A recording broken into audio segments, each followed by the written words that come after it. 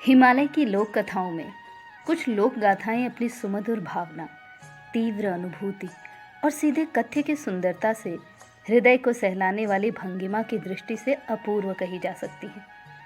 राजूला मालूशाही की गाथा भी उनमें से एक है, जिसका उद्भव क्षेत्र कुमाऊं प्रदेश है, किंतु जो अपनी लोकप्रियता के कारण दूर दूर तक मध्य हिमालय में भी गाई जाती हैं। ये लोक गाथा मनोरम पर्वत श्रृंखला पंचचूली की उपत्यका में बसे दारमा क्षेत्र से संबद्ध है। कुमाऊं और गढ़वाल की पहाड़ियां न जाने कितनी सदियों से इस लोक गाथा के संगीत स्वरों से गुंजायमान है। राजूला मालूशाही की आत्मा वर्षों बाद भी जैसे इस धरती के पोर पोर में समाई हुई है, या यूं कहिए कि इस धरती की माटी का कण कण ही जैसे प्रेम में मालूशाह और राजूलामय हो गया है। इसलिए कुमाऊं का नाम आए और राजूला मालूशाह की स्मृति ना उभरे, ये कैसे हो सकता है। ये धरती के सुनहले रोमानी तिल की थाह लेनी है तो मालू राजूला की गाथा के लोक कंठ से झरते स्वर काफी हैं।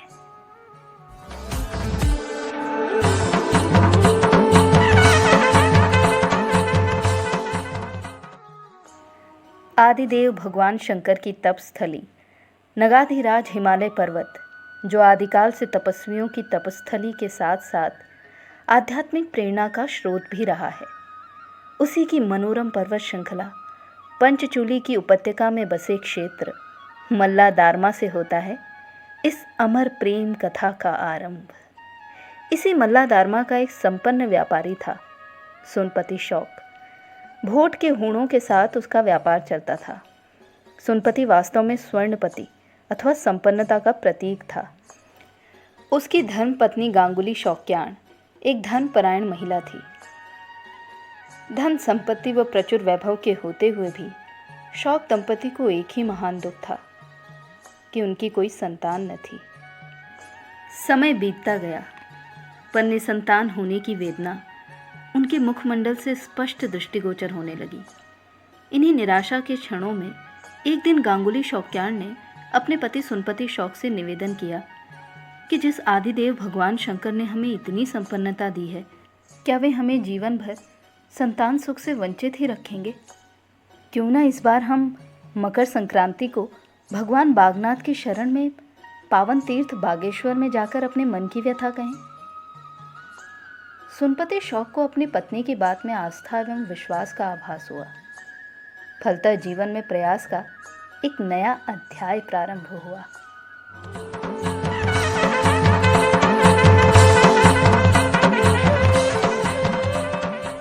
मकर संक्रांति का दिन संपूर्ण उत्तराखंड एवं सुदूर प्रांतों के श्रद्धालु जन बागेश्वर में एकत्रित हैं। लोग पाप हारिणी पुण्य सलीला सरयू गोमती के संगम पर प्रातः वेला से ही स्नान कर अपने श्रद्धा सुमन भगवान शंकर को अर्पित कर रहे हैं।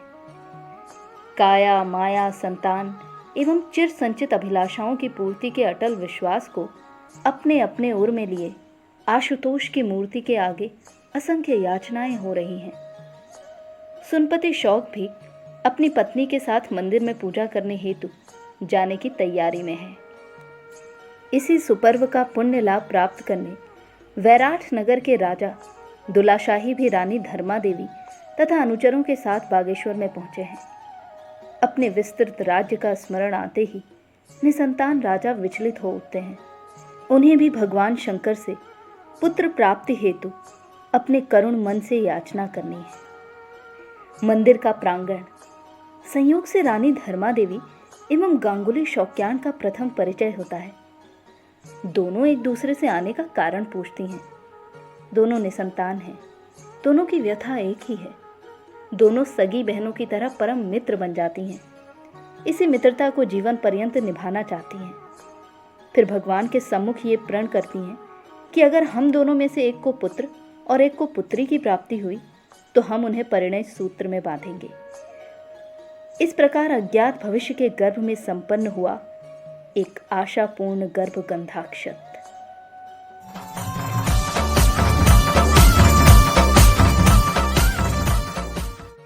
और फिर राजा दुलाशाही के महल में मालूशाही और सुनपति शौक के घर में प्रकृति की संपूर्ण कलाओं से परिपूर्ण रूपवती कन्या राजुला का जन्म। समय अपनी गति से चलता रहा। राजुला बड़ी हुई तो अकस्मात एक दिन उसने अपनी माँ से पूछा, माँ, देवताओं में सबसे पूजनीय देवता, पुष्पों में सबसे सुंदर पुष्प और राजकुमारों में सबसे दिव्य राजकुमार कौन है? माँ ने कहा, बेटी, देवताओं में देवाधिदेव भगवान शंकर, पुष्पों में कमल और राजकुमारों में मालूशाही सर्वश्रेष्ठ राजकुमार हैं। साथ ही सहसा उसे याद हो आता है वो प्रण जो उसने रानी धर्मा देवी से बागेश्वर मंदिर में भगवान शंकर के सम्मुख किया था। माँ की बात से राजुला के मन में प्रेम का सुप्त भाव जगता है। वो उसके दिव्य दर्शन करने की युक्ति सोचने लगती है। सुनपति शौक व्यापारी है। वो तिब्बत से लाख, कस्तूरी, सुहागा, विभिन्न प्रकार की जड़ी बूटी व ऊन का सामान अपनी भेड़ बकरियों में भरकर कुमाऊं की विभिन्न मंडियों में लाता है। हर गांव, हर नगर में घूम घूम कर अपने सामान का क्रय विक्रय करता है। इस बार सुनपति व्यापार करने वैराट नगर की ओर भी जाएगा। ये सुनकर राजुला मन ही मन अत्यंत प्रसन्न हो उठती है। उसे मालूशाही से मिलने की यही युक्ति सबसे उचित लगती है कि वो भी अपने पिता के साथ घूमने के बहाने वैराट जाएगी। सुनपति द्वारा बार बार मना किए जाने पर भी राजुला अपनी जिद पर दृढ़ रहती है और दुर्गम नदी, नाले, पर्वत, जंगल आदि पार कर पिता के साथ वैराट नगर पहुंच जाती है। वैराट नगर। सुनपति का शिविर लगा है। सकुशल पड़ाव में पहुंचने की प्रसन्नता है। मार्ग की विश्रांति भुलाने के लिए चाकती का पान हो रहा है। सब हर्षोल्लास में आकंठ डूबे हुए हैं। लेकिन इन सब से अनभिज्ञ राजुला अलग एकांत में अपने प्रियतम मालूशाही की स्मृति में हृदय में उत्कंठा लिए हुए बैठी है।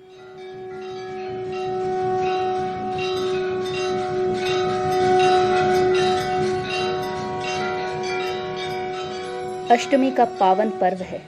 वैराट नगरी के सभी स्त्री पुरुष, बाल वृद्ध, नर नारी द्रोणागिरी के मंदिर में अपनी आराध्य देवी को नमन करने जा रहे हैं। राजुला भी वहां पहुंचती है, कामनाओं से भरी हुई। और देवकृपा देखिए, द्रोणागिरी के सिद्धपीठ में अपने राजवंश का परंपरागत ध्वज तोरण अर्पण करने मालूशाही भी आ पहुंचा है। मंदिर में प्रवेश करते ही उसे अंदर एक ध्यान मग्न, अद्वितीय तथा अनिंद्य सुंदरी दिखाई देती है। विस्मय से मालूशाही खड़ा रह जाता है। लगता है इस सुंदरी के तेज से संपूर्ण द्रोणागिरी आलोकित हो गई है। क्या ये भी माँ भगवती से कोई वरदान मांग रही है? नहीं नहीं, ये तो स्वयं वरदायिनी है। कौन है ये ज्योतिर्मयी? क्या है इसका सुपरिचय? और फिर आता है राजुला का वो प्रतीक्षित क्षण, मधुर मिलन का।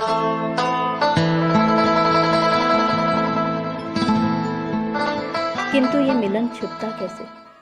पिता सुनपति इस प्रेम कथा का आभास पाते ही क्रोधाग्नि से भर उठता है।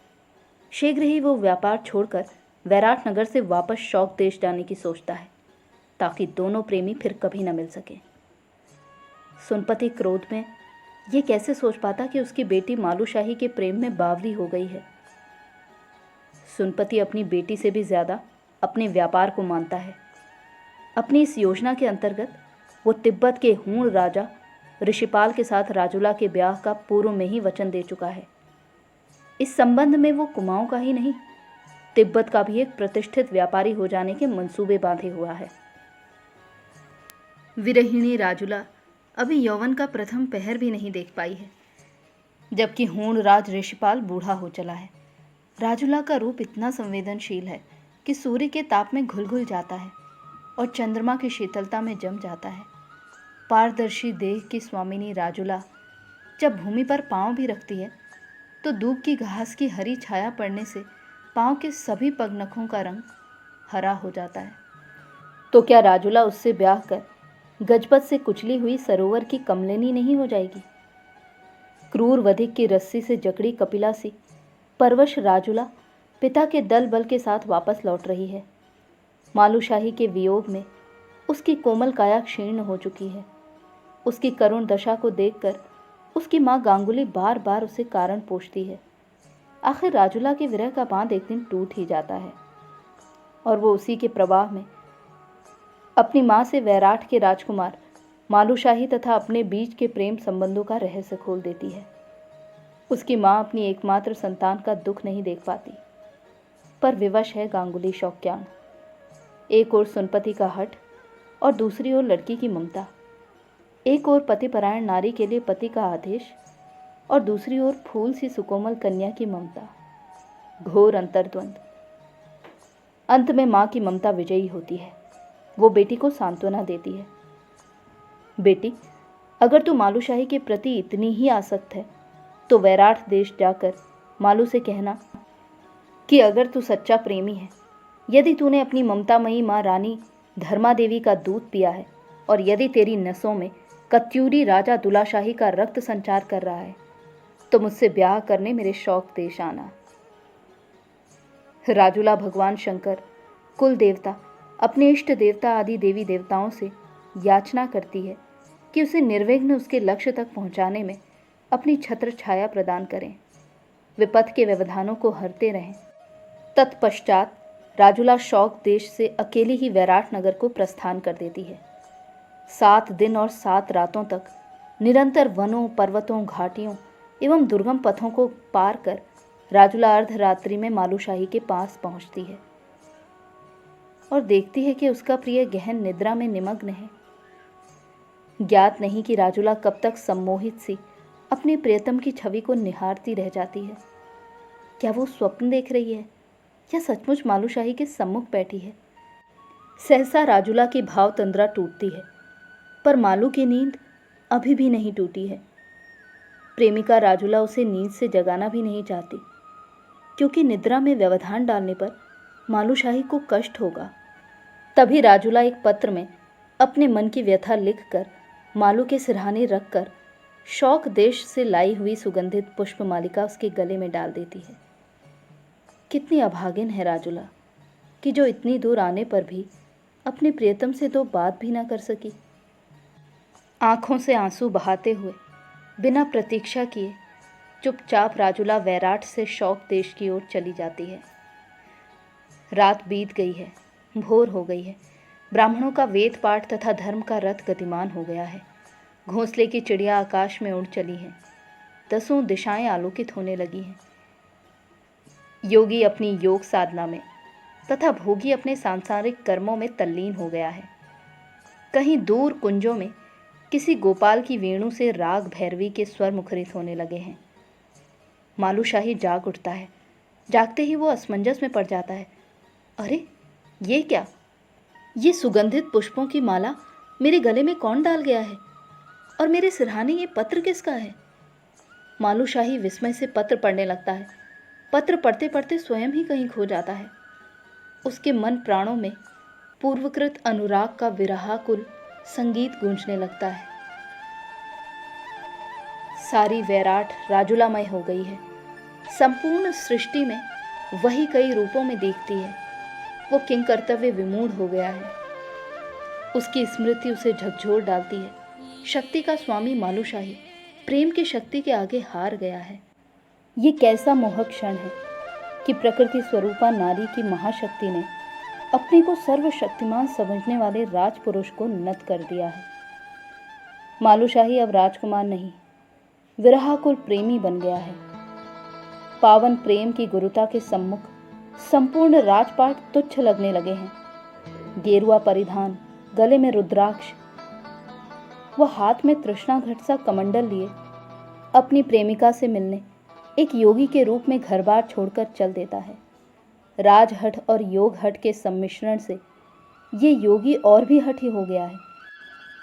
द्रोणागिरी से योगी के पथ में बुरुंश पल्लवों की वर्षा होने लगी। गगास नदी ने योगी को मंगल कामना देने हेतु सुमंगल कलश का रूप धारण कर लिया है। चलते चलते तरुण योगी पंचचली की मनोहर उपत्यका में राजुला के देश दारमा पहुंच चुका है। वहां उसने दारमा के शिव मंदिर में धूनी रमा ली है। अलख अलख निरंजन पंचाग्नि की साधना हो रही है। पूरी शौक धरती सौंदर्यमयी साधना हो गई है। ज्योत्सना उत्फुल्ल है। योगी अपने निरंतर ध्यान में है। मल्ला दारमा के नर नारी तरुण योगी के दर्शन करने आते हैं। ये योगी है? नहीं, 10 अंगुलियों में चक्र, शुभ्र ललाट, पूर्ण देह में किसी चक्रवर्ती से लक्षण, फिर भी योग धारण। सभी दर्शक व श्रद्धालु विस्मित हैं। ठगे ठगे से योगी के सम्मुख खड़े हैं। योगी निर्विकार भाव से पलकें बंद किए हुए अपनी साधना में तल्लीन है। धूनी निरंतर जल रही है। योगी के मुखमंडल से दिव्य तेज की किरणें अनवरत प्रस्फुटित हो रही हैं। आज संपूर्ण दारमा की धरती इतनी क्यों महक रही है? कहीं ये मेरे प्रिय के आगमन का सूचक तो नहीं? योगी के रूप में कहीं राजकुमार स्वयं तो नहीं? अपने पंख लगे पगों से विरही राजुला भी दौड़ पड़ती है योगी के दर्शन करने के लिए। देखते ही पहचान लेती है, यही तो मेरे मन मंदिर के देवता मालूशाही हैं। प्रेम के अतिरेक में राजुला का मन अंदर ही अंदर रो पड़ा। हे भगवान, मेरे कारण ये वेश, राजकुमार की ये दशा, मेरे कारण इतनी कठिन साधना। अनगिनत प्रश्नों के उत्तर आंसुओं की अविरल धारा के रूप में फूट पड़ते हैं। दोनों ने एक दूसरे को पहचान लिया है। साधक की साधना और साधिका की प्रतीक्षा आज पूरी हो उठती है। विह्वल हो दोनों मिलते हैं। धरती के उपहार को अंततः आकाश ने श्रद्धा से स्वीकार कर लिया है। राजुला की ब्याह की तिथि तिब्बत के हूण राजा ऋषिपाल से सुनिश्चित करके सुनपति शौक अपने घर लौट आया है। कुछ ही दिनों में शुभ लग्नानुसार ऋषिपाल बारात लेकर राजुला को दुल्हन के रूप में लेने आएगा। सुनपति एक तरुण योगी के आगमन की सर्वत्र चर्चा सुनता है। राजुला के आग्रह पर सुनपति प्रसन्न होकर योगी को आग्रहपूर्वक निमंत्रण देता है। सुनपति की धारणा है कि सिद्ध योगी के उसके घर में पदार्पण से उसकी आर्थिक समृद्धि में वृद्धि होगी। योगी सुनपति के घर में आ गया है। राजुला प्रसन्न है कि उसका प्रियतम अब उसके नयनों से कभी दूर नहीं हो सकेगा। एक दिन सुनपति की तीक्ष्ण दृष्टि योगी के वेश में राजकुमार मालूशाही को पहचान गई, लेकिन वो ठान लेता है कि इस समय राजुला से कुछ भी कहना उचित नहीं। राजुला की अनुपस्थिति में सुनपति अवसर पाकर भोजन में जहर मिला देता है। राजुला घर में ही बंदी बना दी गई है। पूर्व निर्धारित कार्यक्रम के अनुसार ऋषिपाल बारात लेकर आता है। परवश होकर पिंजड़े में बंद मैना सी राजुला ब्याह होकर हूण देश पहुंच जाती है। उधर वैराट नगर में मालूशाही का योगी वेश में शौक देश को जाने के दिन से ही उसकी माँ रानी धर्मा देवी किसी भी अनिष्ट की आशंका से व्याकुल है। मालूशाही घर नहीं आया है। संभवतः उसका पुत्र किसी संकट में है या बंदी बना लिया गया है। रानी धर्मा देवी मालू को सकुशल वापस लाने हेतु अपने भाई मृत्यु सिंह गढ़वाली को तांत्रिक गुरुओं के साथ शौक देश भेजती है। उसके साथ योगियों के वेश में 9 लाख कत्यूरी सेना भी है। शौक देश में मालू का कहीं पता नहीं है। तांत्रिक गुरु अपनी योग साधना के बल से मालू की स्थिति का पता लगा लेते हैं। पता लगता है कि सुनपति ने मालू की मृत देह हिमखंडों के बीच दबाकर छिपा दी है। योगी गुरु अपने मंत्र बल से अमृत सिंचन कर मालू को जीवित कर देते हैं। मालू जाग उठता है। वो राजुला को तंत्र मंत्र अथवा सैन्य बल किसी भी युक्ति से मुक्त कराने की योजना पर अपने मामा मृत्यु सिंह व तांत्रिक गुरुओं से विचार करता है। गुरु मालू के गले में यंत्र बांधते हैं। मालू तुरंत ही तोते का रूप धारण करके तिब्बत की ओर उड़ जाता है। मालू तोते के रूप में तिब्बत के राजमहल के ऊपर चक्कर काटता है। देखता है कि राजुला हूण राजा की कैद में 7 ताले के अंदर बंद है। केवल हवा व प्रकाश के लिए एक छोटा सा गवाक्ष है। मालू उसी के अंदर घुसता है तथा राजुला के सम्मुख अपने असली रूप में प्रकट होता है।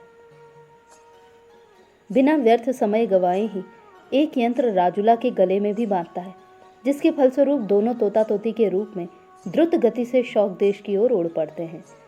राजा ऋषिपाल के महल के तांत्रिक उसे सूचना देते हैं कि तुम्हारी पत्नी राजुला को 7 तालों के अंदर की कैद से उसका प्रेमी तोती के रूप में उड़ा ले गया है।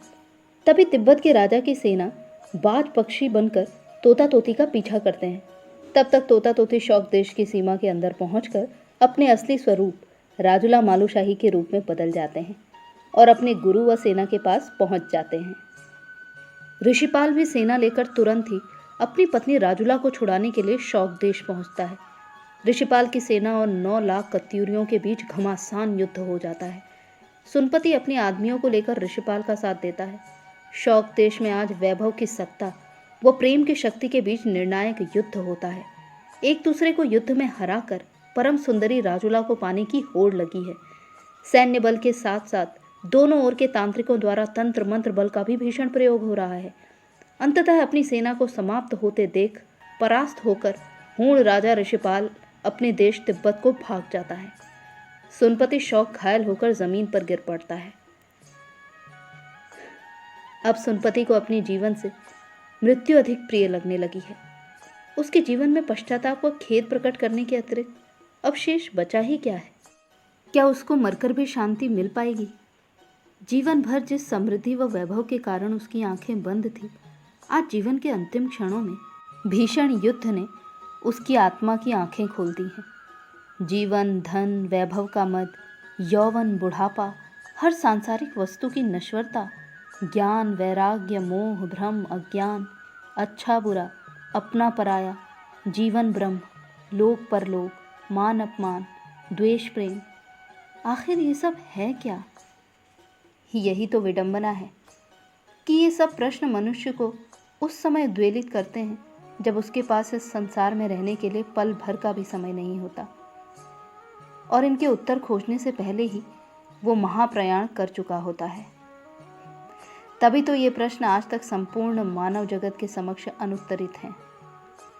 गांगुली शौक्याण किंग कर्तव्य विमूढ़ सी एक ओर खड़ी है। सुनपति लज्जित होकर अपनी पुत्री राजुला व मालूशाही से कहता है, बेटी, मुझ जैसे वैभव के अंधे बाप को क्षमा कर दो, तभी मेरी आत्मा को शांति मिल पाएगी। मालूशाही, आज से हम सब लोग मित्र बनकर रहेंगे, मित्रता को ही सार्थक मानेंगे। दोनों प्रेमी प्रेमिकाओं का मिलन होता है। राजुला मालूशाही मृत्यु सिंह गढ़वाली तांत्रिक गुरुओं व 9 लाख कत्यूरी सेना को सुनपति दंपति खुशी खुशी मंगलमय जीवन का आशीर्वाद व उपहार देकर मितुर यानी मित्र की तरह विदा करते हैं। इस प्रकार दोनों प्रेमियों की अमर और पवित्र प्रेम साधना साकार होती है।